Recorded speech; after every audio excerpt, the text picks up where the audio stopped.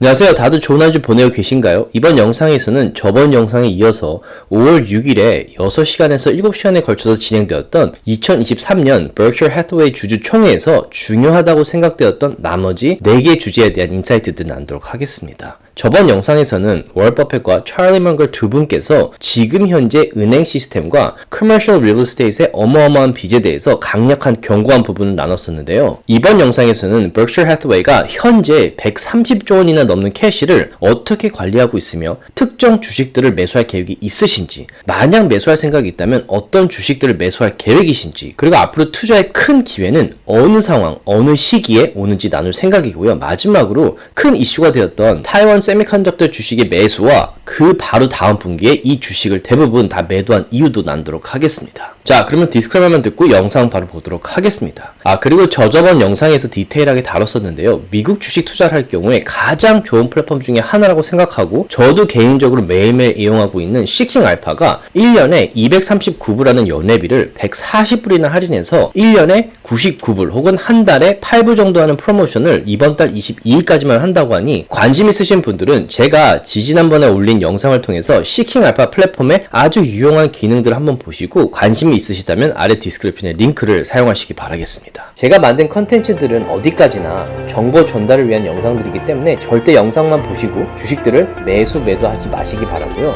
본인 스스로 반드시 리서치를 더 하신 다음에 판단을 내리시기 바라겠습니다. At the 2010 Berkshire annual meeting, you said the one question that you would ask of the Berkshire CEO would be about the distribution of cash to shareholders as the Berkshire cash pile grows larger and larger. So let me ask that question. Do you still feel confident of the future prospects for our over $100 billion in cash on hand, or are we getting closer to cash distributions? Well, the one thing, if Berkshire shares are selling for less than we think they're worth, that could be a pretty big way to distribute cash. What we really like to do is buy great businesses. If we could buy a company for $50 billion or $75 billion, $100 billion, we could do it. And we can do it, and our word's good. It's difficult with a public company. It'd be easier to do with a private company, and there aren't very many that are big. On the other hand, there's nobody else that can quite make a deal like we can under the right circumstances. And there could be a situation where a number of very decent companies have got a very uncomfortable borrowing structure, and money comes due to them at the exact wrong time, and that's when they pick up a phone, as did Tiffany and Harley Davidson and you name it. I mean, a whole bunch of companies in 2008. That sort of thing will happen again, whether it results in us getting the calls or what the world is exactly at that time. But the one thing we know is that the number of phone calls that you can make at a time like that is very, very limited. And there can be good companies. They don't want to sell the company necessarily, but they just may need $5 or $10 or $20 billion, depending on what company you're talking about. And that can happen, and our own shareholders can be selling the stock too cheap, and we'll never do anything to make them sell it cheap, and we'll tell them the truth about what the business is. But if market circumstances result in us being able to buy in $50 billion of our own stock, we'll buy it. So we'll see what the world holds. But we don't have the opportunities we used to have, but we've got enough, and we're making money with the things we have. It isn't killing us to hold $130 billion of bills at 5% plus bond equivalent yields. And everybody says, well, yields are going to go down in the future. I don't have the faintest idea what yields are going to do in the future. And, the prime rate was 21.5% in 1981 or 2, and people were worried that it was going to go totally spin out of control. And Volcker kept it from happening. But if Volcker hadn't been in there, who the hell knows what would have happened. So we're running Berkshire so that we'll do okay, and maybe we'll do a little bit better than okay. Charlie? Okay, maybe fine. 워런 버핏과 찰리 먼거 두 분 모두 매번 인터뷰 때마다 항상 같은 원칙을 지키시면서 투자를 하신다고 말씀을 하셨었는데요. 마켓이 오르든 마켓 크래시가 오든 간에 항상 똑같은 원칙을 바탕으로 투자를 하시는 걸로 유명하죠. 그 원칙은 철저한 회사 분석을 통해서 좋은 회사가 저평가되었다고 판단할 때 크게 매수를 하는 겁니다. 방금 보신 주주총회 영상에서 두 분께서 은연중에 마켓에 곧 큰 문제가 일어날 수 있을 것 같다라고 하시면서 이런 마켓 크래시 상황에서는 정말 좋은 회사들이 파산할 위기에 처해지는 경우가 많기 때문에 이런 회사들이 아주 좋은 조건으로 돈을 빌리려고 할 거라고 말씀을 하시네요. 그러면서 이런 좋은 회사들이 파산 위기에 놓여 있고 좋지 않은 마켓 상황으로 인해서 크게 저평가되었을 때 현금을 많이 들고 있음으로 해서 이런 좋은 투자 기회를 절대 놓칠 생각이 없다고 하셨죠. 거기에다가 지금 130조 원이 넘는 돈을 들고 있긴 하지만 이자율이 5% 이상이나 되는 국채에 돈을 파킹하고 있기 때문에 130조 원 이상을 들고 있는 것만으로도 꾸준히 수익을 내면서 좋지 않은 마켓 상황을 대비하고 있다고 하셨습니다. 그리고 마지막 부분에 만약 버크셔 해서웨이 주식도 크게 매도가 일어나서 자사 주식이 저평가되었다고 생각될 경우 스탁 바이백은 무조건 생각하고 있다고 하시네요. 자, 그럼 다음으로 이 두 분께서 지금 혁신적인 기술의 발전과 인공지능의 대두로 앞으로 다가올 시대에 value investing을 어떤 식으로 해야 하는지와 투자하기 좋은 기회는 어떤 경우에 온다고 생각하시는지 한번 들어보도록 하겠습니다. Mr. Buffett, Mr. Munger, it seems like you found the sweet spot between being too conservative and too aggressive as investors. Do you ever make bad investment decisions because of your emotions, and what do you do to try to keep that from happening? Well, we make bad investment decisions plenty of times. I make more than Charlie because I like to think it's because I make more decisions, but probably my batting average is worse. But I can't recall any time in the history of Berkshire that we made an emotional decision. Have we ever made an emotional decision? No. No. No. That's in business we're talking about. No, you don't want to be a no-emotion person in all of your life, but you definitely want to be a no-emotion person in making an investment or business decision. Given the rise of disruptive technologies that can improve productivity significantly, and AI being one of them, how do you envision the future of value investing in this new era? And what adaptations or new principles do you think investors should adopt? And any recommendations for investors to remain successful in this rapid changing landscape? Thank you. I would argue that there's going to be plenty of opportunities.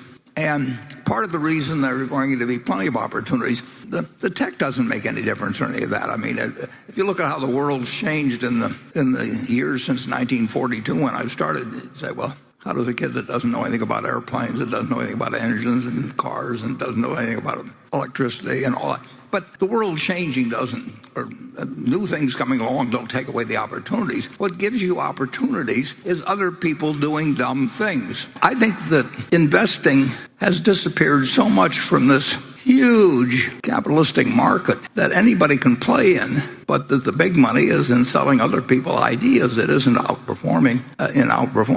And I think if you don't run too much money, which we do, but if you're running small amounts of money, I think the opportunities will be greater. But then Charlie and I have always differed on this subject. He likes to tell me how gloomy the world is, and I like to tell him we'll find something. And so far we've both been kind of right. Charlie, wouldn't you? Will you budge an inch on that or not? There is so much money now in the hands of so many smart people, all trying to outsmart one another and out-promote one another, getting more money out of other people. And it's a radically different world from the world we started in. I suppose it will have its opportunities, but it's also going to have some unpleasant episodes. 너무 당연하면서도 아주 어려운 말을 해주신 것 같은데요. 주식 투자를 할 때 절대로 감정적으로 이 주식이 좋아서 혹은 이 주식이 내 느낌에 올라갈 것 같아서 투자를 하면 절대 안 된다고 말씀하고 계시죠. 철저한 분석, 차트 분석, 회사의 재무제표, 파트너십의 현황, 그리고 앞으로 이 회사의 전망 등을 철저하게 분석하면서 투자하는 게 맞다고 말씀을 해주시면서 투자의 기회는 절대로 혁신적인 기술 발전 때문에 생기는 것이 아니라 많은 사람들이 비이성적으로 행동할 때 온다고 이야기를 하고 있습니다. 워런 버핏께서 1942년 투자를 시작한 이래로 비행기의 등장, 자동차의 등장, 전기의 발명 등 그 당시에도 매번 아주 혁신적인 기술의 발전들이 있었지만 정말 좋은 투자의 기회는 마켓이 좋지 않은 상황으로 많은 사람들이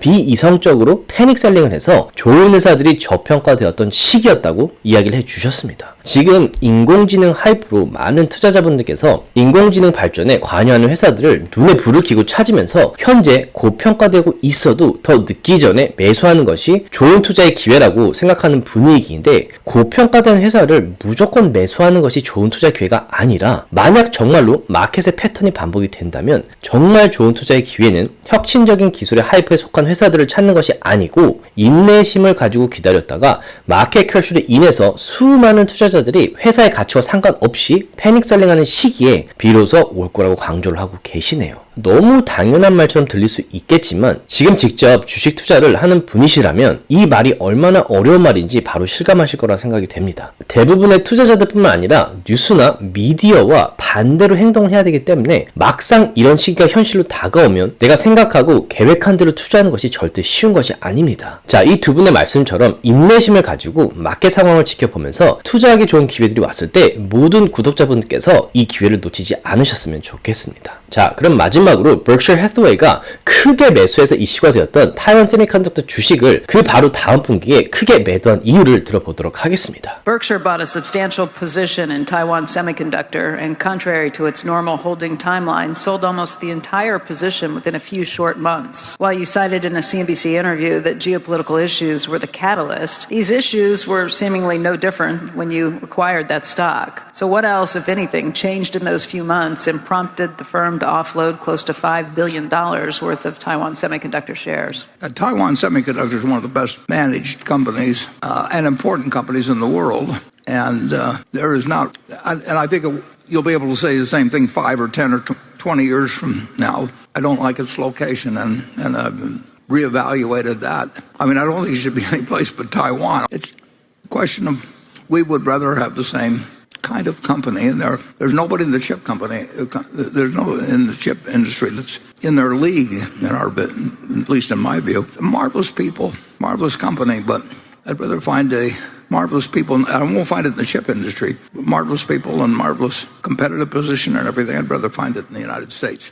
I feel better about the capital that we've got deployed in Japan than in Taiwan. Charlie? Well, my view is that Warren ought to feel comfortable if he wants to. 이상 오늘은 워런 버핏과 찰리 망글 두 분께서 현재 130조 원이 넘는 캐시를 어떻게 관리하고 어떤 매수 계획을 세우고 계시며 투자의 기회라는 것이 어떤 경우에 온다고 생각하시는지 나눴고요. 마지막으로 타이완 세미컨덕터 주식을 매도한 이유도 함께 나눠봤습니다. 조금이라도 도움이 되셨다면 주위 분들과 나눠주셨으면 너무 고맙겠고요. 구독과 라이크를 해주시면 더욱 감사하겠습니다.